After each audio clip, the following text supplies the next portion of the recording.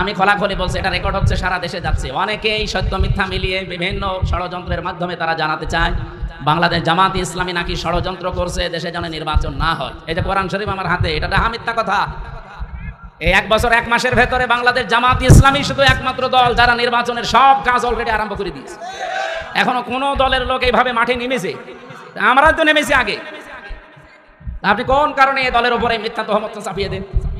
মিথ্যা চাপাতে চাপাতে এখন আর জায়গা নেই। আর মিথ্যা তহমত আমাদের উপরে যা লাগিয়েছেন এই কয়েকদিন ধরে যেটা চলছে, বিশেষ করে চরমপন্থার সাথে মৌলবাদ নাম দিয়ে এদেশের মুসলমানদেরকে অনেকেই এখনো পর্যন্ত কালার করার চেষ্টায় আছে এই বিশ্বের মডলদের কাছে। আমি খোলাখুলি বলছি, এ কথাটা ওনার না, যে বলেছে তার নাম নিলাম না, এ কথা দাদারা শিখিয়েছে এতদিন খনি হাসিনাকে, ওই কথা এখন শেখাচ্ছে অনেককে। ওনার মতো যদি আবার ফাঁদে পা দেন, উনি তো অন্তত শ্বশুর বাড়ি পেয়েছে, আপনার তো শ্বশুর বাড়ি এই দেশে, আপনি কি করবেন তখন? এই জন্য কারো কালো ফাঁদে পা দেওয়া যাবে না, চিন্তা ভাবনা করি। শেষে আপনারাও পাবেন না, ইসলামের হাতেও দিলেন না। শেষ পর্যন্ত এটা দেখবেন সাদা চামড়া যারা, তারা অন্য একটা ব্যবস্থা করে ফেলবে। এখন তো অন্তত দাড়ি রাখতে সুযোগ পাচ্ছে, নামাজ পড়তে যেতে পারেন মসজিদে।